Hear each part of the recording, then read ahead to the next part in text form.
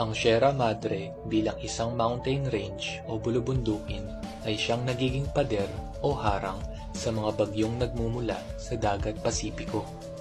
Habang bumabagtas ang bagyo sa Sierra Madre, ay tila binabasag nito o binabawasan ang dalang malalakas na hangin ng bagyo, kung kaya't kadalasan ay mas mahina na ito kapag tumama sa kapatagan. Paano nakakatulong ang Sierra Madre para maibsan ang pagbaha? Batid na sa ating kaalaman na malaki ang naitutulong ng mga puno upang maibsan ang mga pagbaha.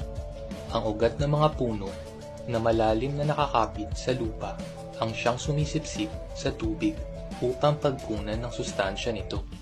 Samantalang ang labis na tubig na di kayang i-absorb ng mga puno ay sisipsipin ng lupa hanggang maimbak ito sa ilalim bilang groundwater.